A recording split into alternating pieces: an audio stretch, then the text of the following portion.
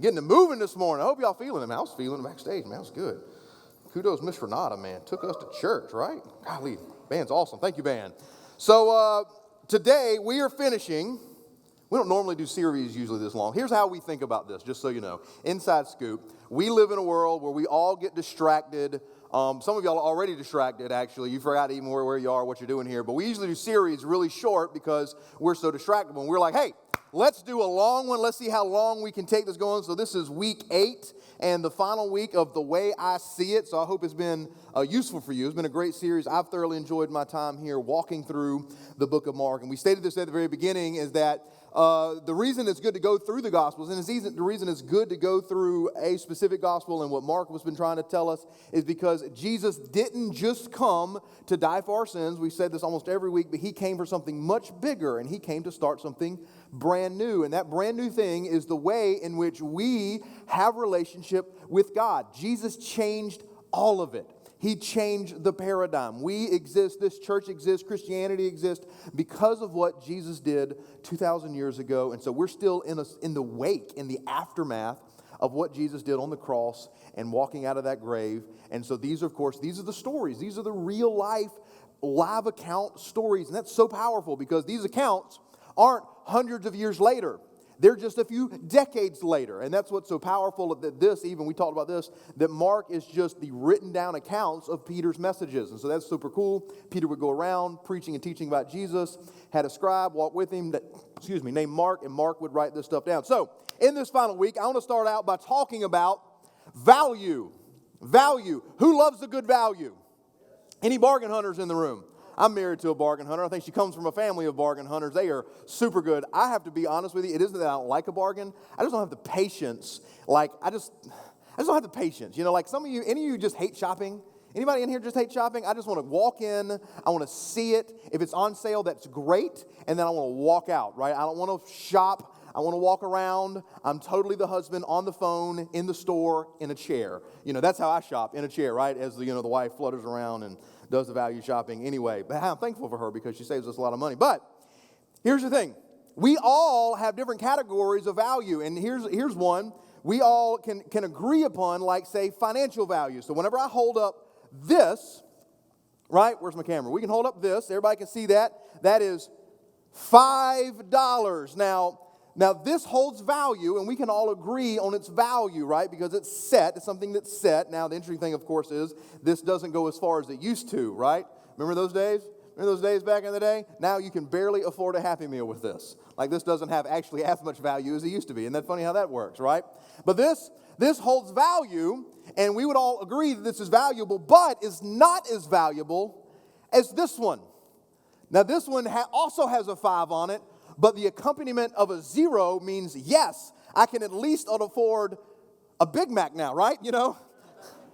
I can afford 2 Happy Meals with this one, right? Because this one holds value. Both of these hold value, but we can all agree that the 50 holds more value. Of course, we can keep going. Then the 100, I don't have 100 up here, holds more value. And you begin to stack those together. That's more value. So we can understand what value is. And so that's value that we can kind of agree upon. This may be monetary value,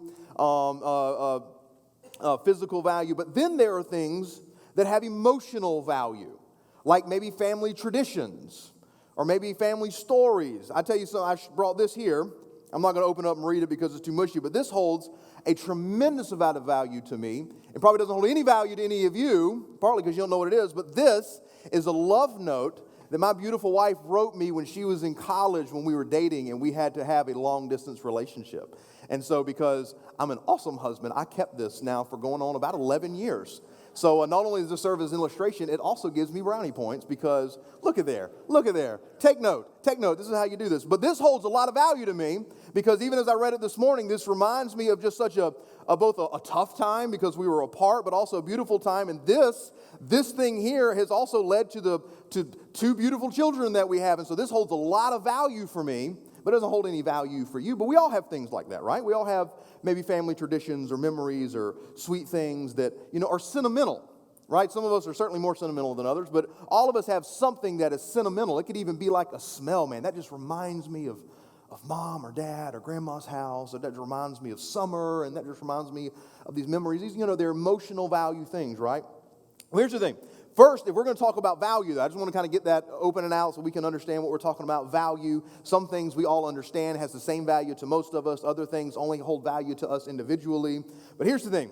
How do we know how something is valuable? And it isn't by money, because that's how we like to think about value. Value is how much you're willing to pay. But actually, no. A better description of value is this. It'll be up behind me. Value is determined by sacrifice. Value is determined by sacrifice. So let's go back to the money real fast.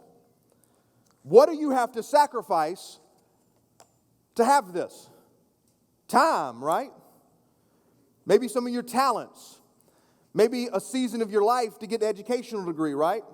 You know, you had to sacrifice something to get this. You had to do something generally to earn this, unless it was a gift, of course. But you understand what I'm following, right? And maybe what you value is, say, education. So what did you have to sacrifice? You had to sacrifice a significant amount of your time. You maybe had to sacrifice not hanging out with friends because you were up late studying, right? Or maybe you value going forward in your career. And so what do you have to sacrifice? Late nights, working hard, bringing home work with you. See, value is determined by sacrifice, even love. If love is a value, you know, I love my wife, so I value her. So what does that take? Well, that takes sacrifice, doesn't it? If you're married, does not marriage? Doesn't children, loving your children, doesn't that take sacrifice? I want my kids to have their best foot forward. So you know what? I can't just spend my money frivolously because I need them. I need to be able to support them later so they can have their best chance at life, right? It's all about sacrifice. But here's the thing. Our life, your life, will ultimately be a reflection of what you value. And we've seen this played out before, haven't we, too? We've seen someone old. We've seen someone at the end of their life. And sometimes it's a great value. Sometimes it's family. They valued family. They valued relationships. But sometimes it was negative things. Maybe it was money. Maybe it was holding things over people. Maybe it was always having autonomy, but when they got there, they didn't have anybody around them. So isn't it interesting that our life at the end will mirror what we valued? That's a powerful truth.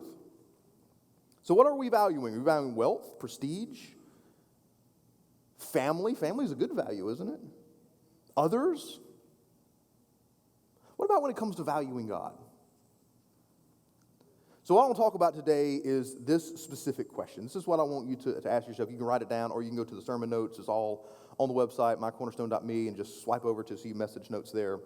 Is this question: how valuable, and this is the key word, is knowing Jesus to you? I want to be really careful here because I don't want to say how valuable is Jesus to you, because we don't place value on Jesus. He's already infinitely more valuable than we can ever comprehend, that words could ever say. And so us valuing Jesus doesn't add value to him, but what is valuable to us and what we need to value is how valuable is knowing Jesus to us, to me. That's the question you need to ask. How valuable is knowing Jesus to me? Because why? Well, value is determined by sacrifice. And so as we finish this series, and we're going to read a story here in just a second, I really do want this to challenge you, because it should challenge every single one of us. And this is, again, one of those messages that isn't just a one-time, you hear it and you box it up and you put it back onto your I heard this sermon one time shelf. This is something that we need to come to all the time.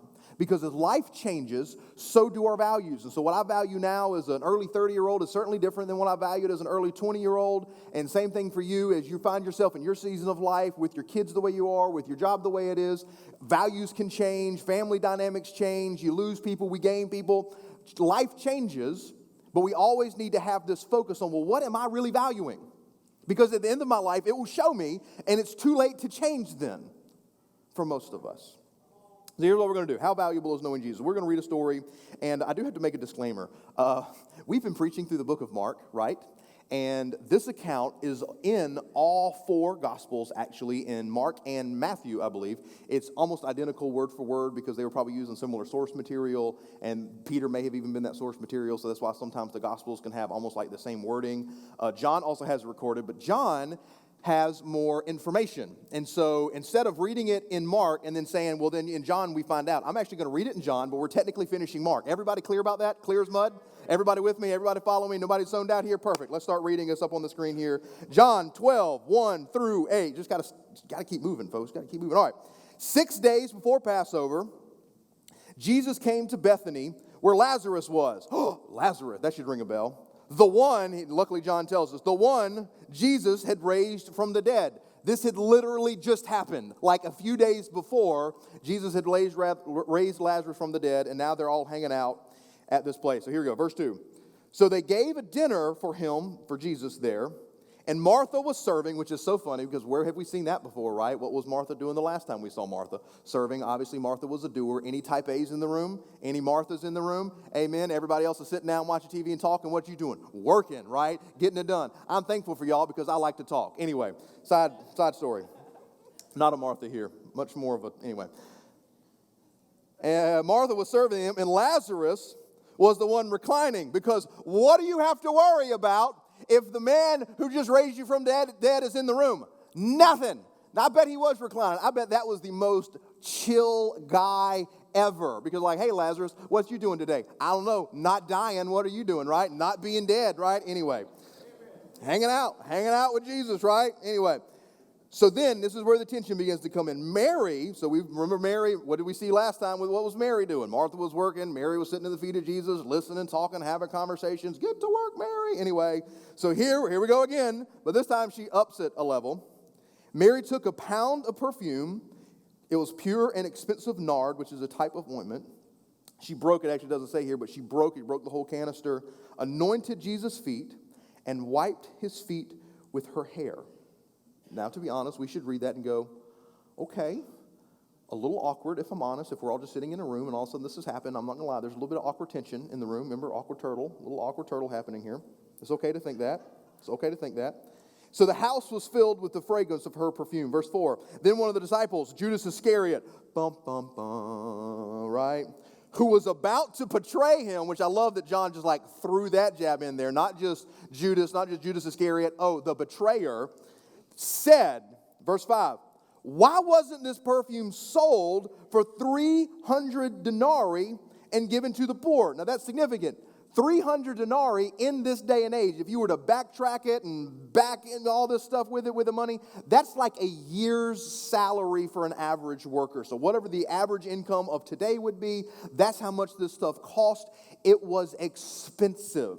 And so isn't it funny that Captain Betrayer over here all of a sudden has such a beautiful heart for the poor, right? Wrong. Anyway, verse 6.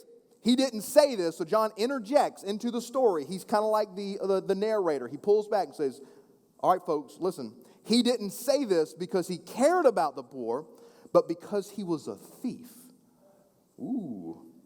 He was in charge of the money bag and would steal part of what was put in. Verse 7. Jesus answered, leave her alone. She has kept it for my day of burial. Verse 8, for you will always have the poor with you, but you will not always have me. This is a really striking story. And of course, this is like produced a lot of things. I'm sure most of us have even heard the song. I think it's called The Alabaster Box. I'm not going to sing it, partly because I can't remember it. But, we have all this imagery and we've heard these stories before. We've had songs sung about this thing. But this is a really remarkable, honestly, a little odd story that we have here very near to the end of Jesus' life. And so what I want to do today is I want to mirror up two different people and two different value systems, because what did we learn? That our life will ultimately be a reflection of what we value. And so we have two people here that have, in a way, almost on purpose, very extreme, very, in a sense, visible value systems that we can look at here. So two different people, those two different people being Mary and Judas. The first person I want to talk about together today is Mary. And so we know a little bit about Mary, and we know a little bit about her background, and that Jesus kind of stepped into her life and radically saved her, and he did some incredible things both for her and her family, of course. And so she had just recently, within the past few days, brought her brother Lazarus back to life. And so she certainly had a lot of room and reason to thank him, and thank him extravagantly. But there are two major things that in this story we see that Mary valued Jesus over. Two things that she valued Jesus over. The very first thing that she valued Jesus over was over security. Because here's the thing. This type of perfume, and I know this is kind of hard for us to understand, but in this day and age, in this world, there were two things that you could guarantee. One, everybody smelled bad all the time. Have you ever been around a bunch of football players that haven't washed or bathed in the afternoon? It's terrible, right? Everybody kind of smelled like that. This was before the days of showers, before the days of air conditioning. Everybody had to walk everywhere, and everybody had to be around animals all the time. And so you could imagine that it smelled terrible. And it's easy to say, well, they're probably used to it. I don't know. I don't stand next to garbage and get used to it. You knew it smelled terrible, right? It smelled bad back then because that was the world that they lived in. And so what they would often do is whenever somebody would come into their home, they would take this often expensive and beautiful smelling fragrances and they would dab a little bit of it on the person's head. Also before dentist and teeth brush, right? So have you ever had that kind of conversation before? So what you would want to do is you would want to barrier yourself so you could have normal civilized conversation without vomiting in your mouth a little bit. Y'all follow me? I know that's pretty visual, but that would be the case. It smelled bad. And so this stuff was valuable just from a cultural level because this is what civilized people did back then to try to just hang out in a closed-off room, in the heat, in the middle of the desert, in the middle of the Middle East. And so these things were really precious to people. But the other sure thing, besides people stinking, was that calamity could happen at any time. Like we live in a really padded, safe, for the most part, secure world. I mean, there's always risk, but in this day and age, at any time, life could go sideways. Things could happen. Invading armies, famine, disease, all this kind of stuff. So expensive heirlooms, such as this perfume, were held in high regard because this was their safety net. Matter of fact, one of the commentaries I read said that more than likely, because they couldn't have afforded this, you got to think, this cost them a year's salary or more. They couldn't have just afforded this.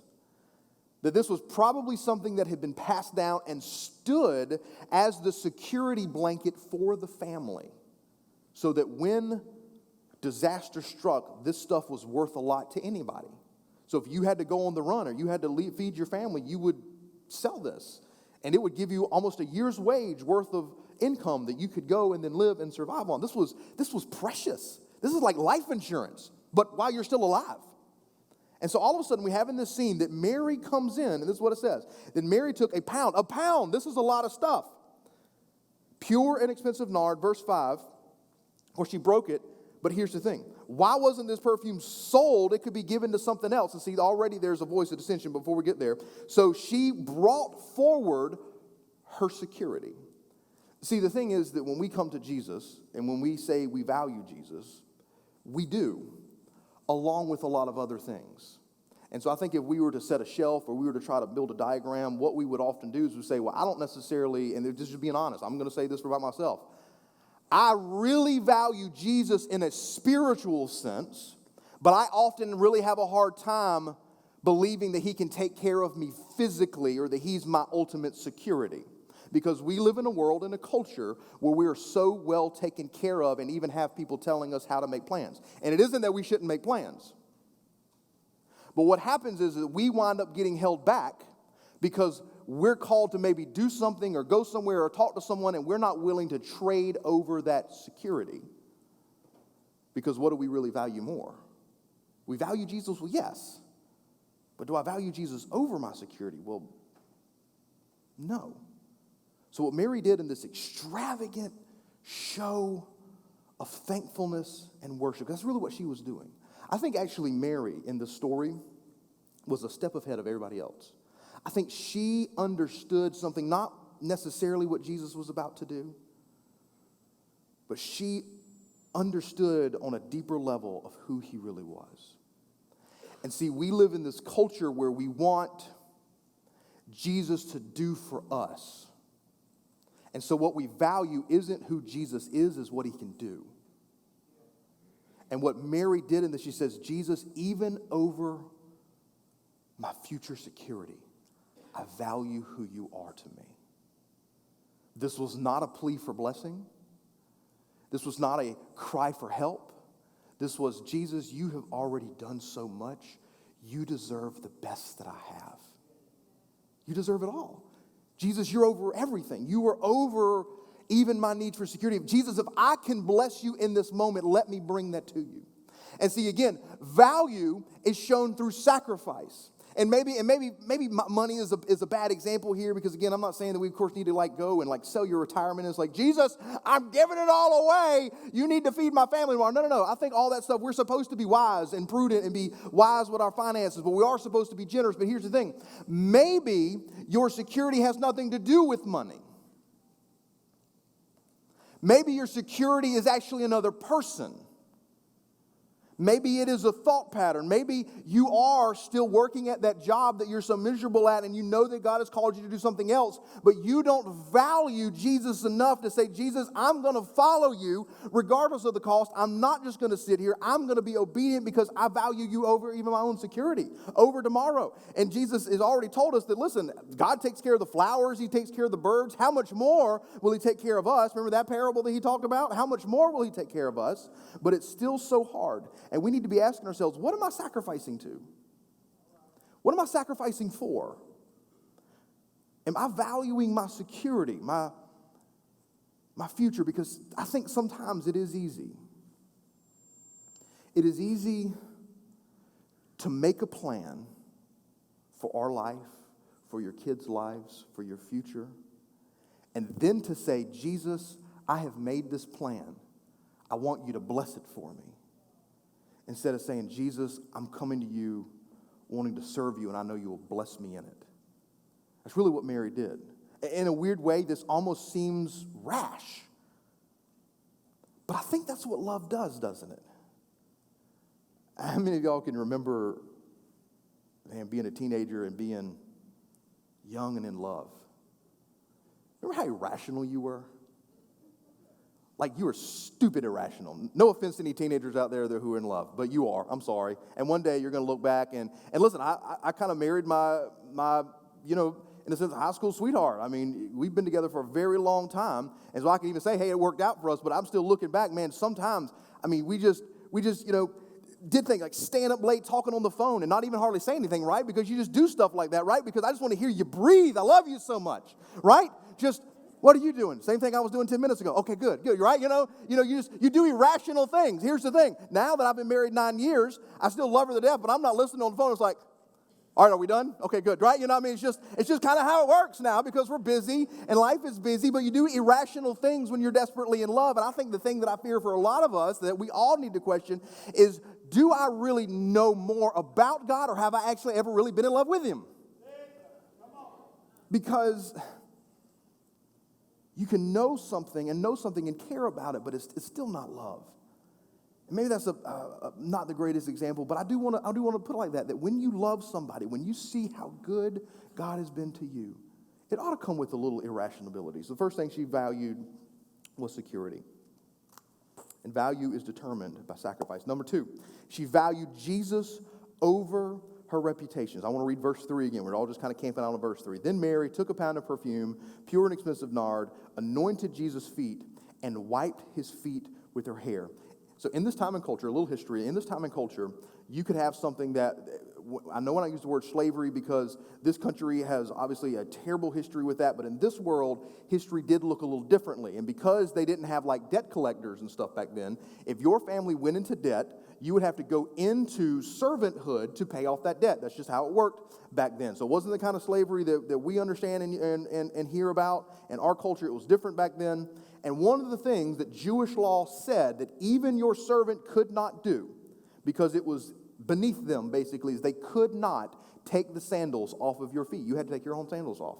And so there was these rules, these laws, these guidelines in which culture dictated what they could and could not do as a servant. And so there was no expectation you as a house master or whatever like that would expect a servant to do this. And so what Mary did here, culturally, again, not only had she given up her security, given up, in a sense, potentially her financial future, her financial protection, and given it over to Jesus. Jesus, I give you everything. I give you my security. She also says, Jesus, and I also value over what people think. Because I do think that we live in a culture, and we live in a Christian culture specifically, where it's okay to serve the Lord as long as you don't go overboard with it, right? Like, I get that you love Jesus, just chill out a little bit. You're making us all a little awkward. Because I guarantee you, in this scene, this was awkward. Like, what is she doing? Oh my gosh, is she She let down her hair. You don't let down her hair. Women don't let down their hair in this kind of culture. That's just not done. That's only done amongst, close family. Oh, she's going for his feet. No, what is she doing? It was awkward. It was undone. It wasn't something that was supposed to happen. But see, when you love someone, it's extravagant, right? And because she wanted to show that Jesus, what other people would consider the worst, I still see as the best. Because what's so powerful is that those are the same feet that held the nails that bought our freedom. So what everybody else saw is overboard, Mary was just the first one to recognize what they were and what they were about to do. And so see, there's this tension in a lot of us because we do live in a public space and we do live in a public world, and the internet hasn't made that any easier. That we want to privatize our spiritual life. But there's something that happens here in verse 3. It says that she wiped his feet with her hair, so the house was filled with the fragrance of perfume. True worship goes from just you to all those around you. It affects the environment. It changes the atmosphere. I don't know if you have, but I have been around people that are so in love with Jesus that it changes things and they don't even have to do anything. It's just because they are so enveloped and close to the Holy Spirit. It's just like you can't help but getting some of their joy and getting some of their compassion. Just in the way that they speak, it's like it's overflowing from them. Everybody in the room got the benefit of the beautiful fragrance. In that moment, nothing stank. Everything smelled like beautiful worship. There's power in that. And so what happens is we have a check of a culture because we have a world that's led by our enemy, and we're on enemy grounds that says, no, you keep that contained because it might bother somebody else. And Jesus is saying, no, come and worship me. It should begin to overflow onto other people.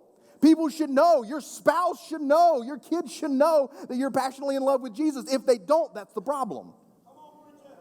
It should overflow. There should be a sweet fragrance of worship around you in your life.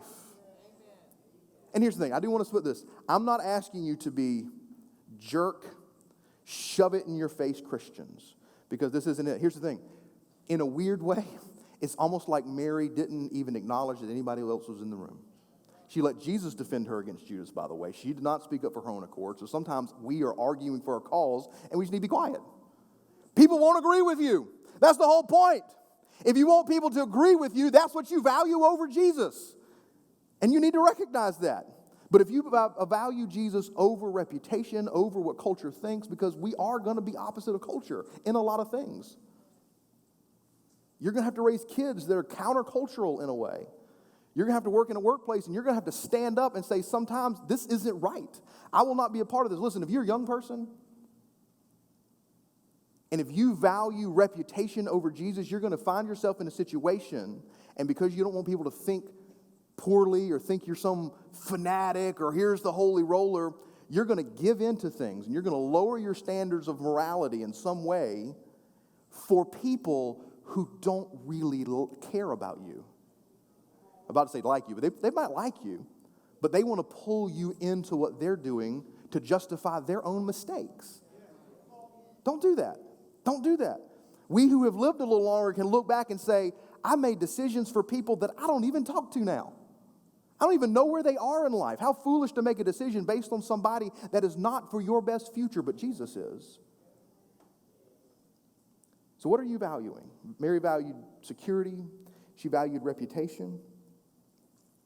And then we have Judas. So just in a few minutes, we're still good on time. Verse 4. Then one of his disciples, Judas Iscariot, who was about to betray him, said, why wasn't this perfume sold for 300 denarii and given to the poor? He didn't say this because he cared about the poor, but because he was a thief. A thief.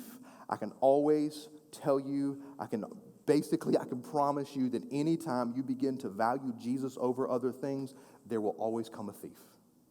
There's always going to come a thief. Matter of fact, what's made this so powerful is that the thief wasn't just in the room, he was sitting at the table. He was sitting at the table eating dinner with them.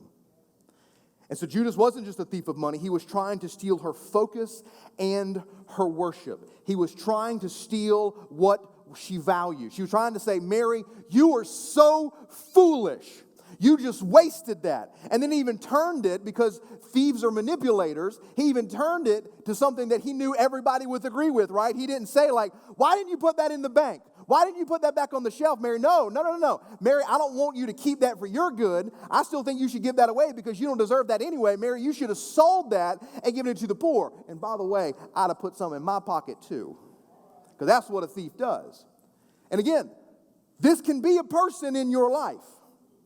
That's why you need to be so careful when you begin to value Jesus and it begins to rub up against other people. Expect conflict, or expect pressure, expect some friction there, because the Spirit living in us may not be the same Spirit living in them. And again, I'm not saying this because we're better and that gives you, a chance to say, and be a jerk over people like that. No, we're loving and we're compassionate. We see people as broken. Jesus was here in the room. Let's not forget, Jesus still loved Judas. But Jesus didn't try to control Judas either. Because I really could preach a sermon about how often I wonder we're the thief. I won't talk about that today, though. That's a whole other thing. We'll be here for a long time. Because sometimes we can be stealing other people's joy, right? What we talked about a few weeks ago, negativity is a faith stealer. Here we go. I'm getting on a rabbit trail now all of a sudden here. But see, some of y'all see negativity is the voice of a thief, right? Gossip is the voice of the thief, right? Anyway, don't go there. Stay on the thing. Run out of time. Focus. See, Judas was the voice of the enemy. And this is what that voice sounds like. And here's the thing. It can be a person, so I don't want to finish that thought. It can be a person, but it can also be you to yourself. I don't want to look foolish. That's really a waste of resources. This is just a waste of my time. What good is this really doing? What good is this really going to do in the long scheme of things, right? Somebody else will do it if I don't, right? God's in control. If I'm not faithful here, somebody else will be, right? Oh, you know what? There's time. There's going to be time for me. I'm young. I can make some mistakes, right? God's forgiving. God loves me. And all of that is mostly true. That's exactly what a thief does, is he takes a little bit of truth and steals it. That's why it's the voice of the enemy, because the devil has been lying to God's people since the beginning. What was the first thing? He lied in the garden, but it wasn't a whole lie. It was just enough to tear it apart. See, the enemy has something on his side called time. And if you're not careful and constantly checking your focus, he doesn't mind playing the long game and saying, oh, I'm just going to give this a little bit of time. I'm going to let them keep lying to themselves, because I know eventually they're going to get so far away from valuing Jesus over all these things that they're going to be convinced that they're right in what they're doing. Because here's the thing. Judas was an enemy at the table. And here's the deal. There will always be an enemy sitting at the table. And that's not to scare us. That's to give us hope that even though he's sitting there, Jesus was still sitting there too. Matter of fact, so far before this, David wrote something eerily similar down. It's so crazy how God's word, because it's living and breathing, because it's the same Spirit that authored all of it, pulls this together. And you've heard this before. What does it say? Psalm 23, 4-5 says, even though when I go through the darkest valley, I will fear no danger. For who? For you, Jesus, are with me, and your rod and staff, they comfort me. Verse 5, you prepare a table before me in the presence of my enemies. See, you know what? Because I can have confidence in who Jesus is and what he has done, that's why I can begin to place more value on him. That's why I can say to my broken, bruised heart, no, he will not let me down. That's why I can forgive people even though they've hurt me, because I value forgiveness over unforgiveness, because that's what Jesus did for me. Why? Because he is with me. He won't forsake me. And he sets tables before us in the place of our enemies. We can sit around, and here's the thing. We can, even through the power of God, begin to love our enemies.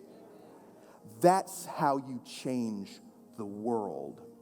See, the world knows all about enemies, but it doesn't know how to love them. And so we often, buying into that same thought, want to say, God, crush my enemies. And Jesus says, no. I'm going to set a table for you. And you and I are going to eat confidently in their presence, because it is through that powerful display of love that they may not be an enemy for long. That's the gospel. That's the gospel. Because at one point, you and I were enemies of the cross too. But Jesus still died for us. So my question is, if value is determined by sacrifice, and we have two polar opposite people, because here's the thing, here's the sad thing at the end of the day, is that Judas never got it. And it's really easy to villainize somebody like Judas, and in a sense, he deserves every bit of that, because he sat right there in the presence of Jesus, and he still did what he did, which also should give us a moment of pause. I don't want to speak fear in anybody's heart, but you can be sitting right up next to somebody who is worshiping Jesus and completely miss Jesus and go sell Jesus out, because Jesus valued money more than Jesus, and so eventually if you value something more than Jesus, you will sell out to that thing and you'll sell Jesus out to it. That's exactly what he did. He sold Jesus for less than this stuff was worth, and Mary gave everything she had and poured it on his feet. That's what radical love looks like. That's what radical value looks like. And so you want to put those two together. I do want to be on the side of Mary. I would much rather find myself at the feet of Jesus than hanging by a rope from a tree because I couldn't live with myself because I traded my Savior in. That's the end. That's what death looks like in sin. That's what it does to us. It will hang you. It will strangle you. These things that you think value you back, they don't. They'll choke you out. So, what are your value goals today? And I know this is so broad, but this is the only way to leave it, because this is something that you and I must deal on our own. This is a thing that goes from public to the private space in your life. Do you value Jesus over everything? And you say, man, that sounds impossible. I do feel like sometimes it is. But I think that's why God is so patient with us. And the more you follow him and the more you seek him, he's not expecting you to get it right. He just expects you not to stay the same. And that's the promise of following Jesus today, is you don't have to stay the same. So today, I hope that the Holy Spirit has pricked your heart and has begun to bring to the surface things that you value, things that honestly have been holding you back, that have been holding you back relationally from God and between God and yourself, but also between yourself and other people. So what are you valuing? Is it security? Is it finances? Is it being known? Is it just, having a good reputation? Some of those things, most of those things are good things, but they're not Jesus. But when you value Jesus, you can use all those things powerfully to affect change in this world for the sake of the gospel. You guys stand with me. We're going to close in prayer. We're going to worship with a song. So please, everybody, stay seated. We're actually going to get out of here a few minutes early. So if you can just stay seated, we're going to worship, or stay in here rather, and we're going to worship together. It's a powerful song. If you don't know the words, that's fine. Just let it wash over you. Let's sit at the feet of Jesus for just a moment before we go back out into this wild, distraction-filled world. Let's go to the Lord in prayer. Jesus, today, even though we don't even understand what it takes and we know we're going to fail, but we claim that we value you over everything. Jesus, is you over everything. Is you over our fears, over our past, over our sins, over our mistake, over what our enemy says, over just our confusion, Lord. It's over culture, it's over security, it's over reputation. You're over all of those things. And we say that not because you demand it, but because you displayed your love for us by radical nature, by going to the cross and rise again for our sake, Lord. So let us be like Nazareth, Lord, sitting back comfortably, reclining at your feet, Lord. Let our worship, let our love for you spread out from within us out to other people, Lord, like that perfume did in the room, Lord. Thank you for this story. I know something that sits as a sweet memory in your mind, Jesus. Thank you for allowing us to take a picture into something so powerful and so beautiful. Thank you for your love. In Jesus' name, amen.